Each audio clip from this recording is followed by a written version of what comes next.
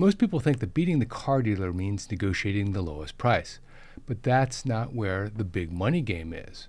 The biggest profits are hidden in places that buyers don't think to look. Today, I'll show you how to beat a car dealer at its own game using information that most people don't have. Holy Schmidt! When you walk into a car dealership, the dealer sets the terms of what's negotiable, and even the best negotiators out there will lose if they don't know the actual negotiation that they're negotiating. The fact is, most people are negotiating over one part of the deal when there are actually four if you have a trade-in. Here I'm going to show you exactly how to beat a car dealer at its own game by giving you better information. By the way, this data comes from Stone Eagle's January 2026 report. All right, let's get into it. Now, before you ever walk into a dealership, the first thing you need to know is where the dealership makes its money. It's not the cost of the car. It's not the price of the car. That's a little bit, but the big money is not in the purchase price. According to 26 industry data, the average dealer made $279 in profit on the front end deal. That's basically the difference between your purchase price and what they purchased the car for, $279. That same dealer made a lot more in the finance manager's office and even more still from manufacturer's incentives. So after you've spent an hour negotiating the price, you walk into the finance manager's office thinking you're the smartest person in the room. The finance manager's office is worth multiple times that. And the fact is, when you go in there, you don't know what's profit and what's required until now. In the finance manager's office, you discuss very important things like the interest rate on the loan, protection packages, insurance, floor mats. These items are hard to put a profit dollar on because you don't know how much of the interest rate is going back to the dealer and how much is going to the financier. You don't even know if the things that are covered in the optional extended warranty are things that are likely to break down or the least likely to break down because it's a big list. The one thing you do know, as of right now anyway, is that the profit made in the finance manager's office is approximately $1,975. The margin on the car between what the dealership paid for it and what they sold it to, plus the profit in the finance manager's office, is called the front end profit. They're visible, more or less, to you. You know that they're making money. And even though that you know right now the average profit in the finance manager's $1,975, plus whatever the difference is between their purchase price and what you purchase it for, you don't know the most important piece, which is how much is given back to them later from the manufacturer. And it will never appear on any of your paperwork. That is a private deal between the car company and the car dealership. But I'm going to tell you approximately how much the dealer makes from the car company. The first is what's called holdback. Holdback is money the manufacturer sends back to the dealer after the car sells, and it's usually 2 to 3% of the car's MSRP or invoice, depending on the manufacturer. On a $32,000 car, that's $640 to $960. Then there's something called dealer cash incentives. This is money the car company will give back to the dealer for selling certain models, but it varies by car company and by model. Then there are volume bonuses, often called stair-step bonuses. If a dealership hits certain numbers, then it gets an additional bonus. That's exactly why, by the way, a dealership gets more aggressive, more flexible at the end of the month or at the end of the quarter.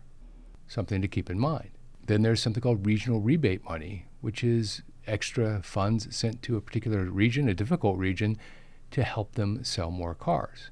And then there's something called floor plan assistance, which basically means that when a dealership has a car, it has to pay interest on that car, but the manufacturer, the car company, will help them with that interest rate. All of these are private deals between the manufacturer and the dealership. And here's why this matters. They will tell you that's none of your business. That's between us and them. But it is absolutely your business because you have better information and you know that the profit or lack of profit that they're making from selling you the car is just a tiny amount compared to what they're really making. So you negotiate them down to $279 over their price and you feel like you've won. They might even congratulate you on what a great negotiator you are. Meanwhile, they make another $2,000 more or less in the finance manager's office and another $1,000 to $2,000 from the manufacturer. So they made between $32.79 and $42.79. in profit. So step one is to know exactly how much money they make, not just that $279. It's the other stuff that's really important. Now, occasionally when I talk about this data, I'll get the occasional comment from someone saying, well, a dealership needs to make money, and so therefore we don't hold that against them. Neither do I. But what I do have an issue with is pretending like it's not there. It's okay to say we're selling you a $32,000 automobile and we're going to make about $4,000 on it. That might even be reasonable. I don't know. Seems a little high to me. But what I don't like is when someone pretends like $279 is all that they're making. So now you know that if you basically bought the car for what they paid for it, they're still making $3,000 or $4,000. With that information, you can achieve a better outcome. The next move, once you know how much money the dealership is actually making on that car, is to take the battle out of the dealership completely. You don't need to sit in the nice leather chairs. They don't need to talk to the sales manager. Everything I'm going to show you next can be done by email and by telephone. And by the way, I learned an early version of this by watching my father-in-law. He loved to negotiate with car dealers. I don't know why, but he was actually really good at it. When it came time to buy a car, he'd walk into a dealership and talk about the cars. He'd get the salesperson card and walk out. And he'd do the same thing at 2 or 3 other dealerships. At that point, he knew the model that he wanted, the trim, the options, all of it. He knew the price. He would then call them and talk to the dealership that was second highest in price and say that you're high compared to other dealerships. They'd ask how much, of course, and most of the time they'd offer to beat it. And they'd come up with a lower price. Then he would call the third, and he would do the same thing. Today, you can send emails out and get the same thing done without actually having to have a conversation. You can even talk to their internet sales department. When you talk to them, ask them what the out-the-door price is. That's not the MSRP or whatever you negotiated. It's the price including all of the stuff that happens in the sales manager's office, except the interest rate, of course. It's the full price you would pay if you wrote them a check and then drove the car away. Whatever the final number is, get it in writing. If you're doing it by email, it's right there. If you're not doing it by email, then have them send you an email with the final number for the out-the-door price. With the out-the-door price, a dealership can't add $700 for documentation or $300 for an add-on you never asked for. And once you have 3 or 4 of these quotes, you have something that no showroom will give you. You have leverage. You can now forward the lowest number to the others and ask them to beat it. They're now competing for you on your terms in your inbox. And by the way, never negotiate on the monthly payment. If you learn nothing else from this video, that's the key takeaway. Why? Because if you put a monthly payment out there, almost any monthly payment is achievable, within reason anyway, if you extend the tenor of the loan. A comfortable monthly payment can hide a high price, an off-market interest rate, add-ons that you didn't ask for, etc. When they ask what payment you're looking for, the answer is always you're negotiating the out-the-door price. The payment discussion can happen in the finance manager's office. When they push, say something like, well, I can afford up to $2,000 a month, but I don't want to pay that, it's probably best that we discuss the price of the car, because what I can afford and what I'm going to pay are probably 2 different things. A few practical tips here. First, know the advantage of going at the end of the month or end of the quarter. Second, stay calm. A calm buyer with written quotes from other dealerships is far more likely to get a great outcome than one who gets excited. And be willing to drive to the dealer with the best price, even if it's 40 miles away. Point 3, don't show your hand on cash or financing. Now, why is that? Most people believe that a cash buyer gives them power. Here's the check. I'm paying for the whole thing. You don't have to worry that I'm going to fail a credit check.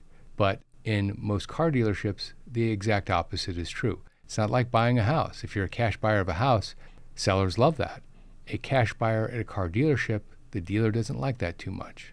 Why? Well, remember where the front end money is. It's in the finance manager's office, $1,975 on average, and a big part of that is from financing.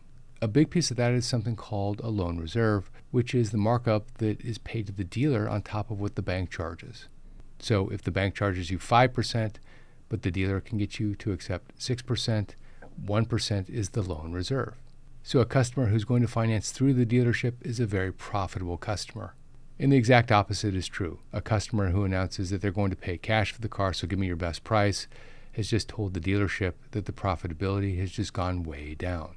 And a final point here, some manufacturers' rebates are actually tied to the customer using the car company's financing. So the smart move here is to keep that hand hidden. Don't announce cash, don't announce financing. When they try to press you for one or the other, you can say that if it looks attractive, you might consider financing, but you are really interested in the out-the-door price. And by the way, the dealer knows this game too. When they hand you the clipboard when you walk into the dealership, one of the first 2 or 3 questions is, will you require financing?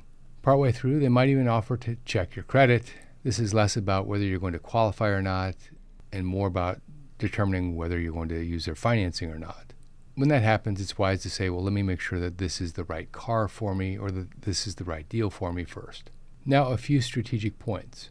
Don't make your first visit to the dealership the last day of the month. That's the day you want to close. So if you're going to do this, give yourself a week or so to run the process. Next, don't set foot into the finance manager's office until you have the out-the-door price. Insist on it. In many cases, by the time you reach the finance manager's office, they will have tried to determine 2, 3, even 4 times if you're going to finance the car. But remember, at this point, you already have the out-the-door price. That's the most important thing. And as an aside, most people give this point away for free. They don't understand that this is a major negotiation point for the dealership. The dealership doesn't want you to know that. Now, one of the best moves is to walk in with your own financing available from your own bank, so you have a benchmark. It also lets the dealer try to beat your pre-approval, even if that means having a smaller loan reserve. And even if you truly want to pay cash, most loans have a no prepayment penalty, something to certainly figure out before you sign any paperwork. Win the battle in the finance manager's office where the purchase price barely matters. You have your out-the-door price, you have your bank's pre-approval.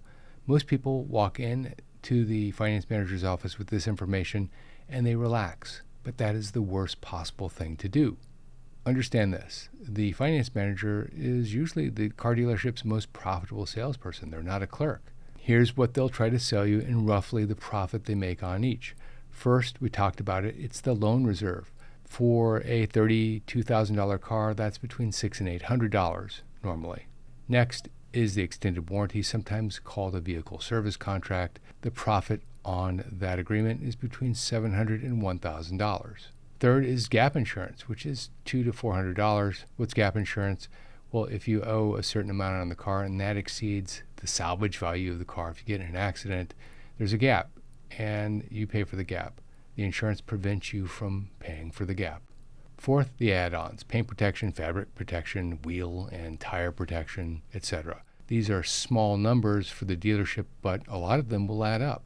Then come the fees. A documentation or processing fee is highly profitable, although some states do require the dealership to cap this. And then there are smaller markups on electronic filing, temporary tags, and notary or digital contracting. Add it all up, and the finance manager's office contributes $1,900 to $2,100, on average anyway, to the profitability of the car, to the dealership. So the fourth and most important way to beat the dealer is to know that the finance manager's office is where the big money is made. If you like this video, check out that video. Don't pay cash for your next car. Here's why. This is Jeff Schmidt, and I will see you in that video right there.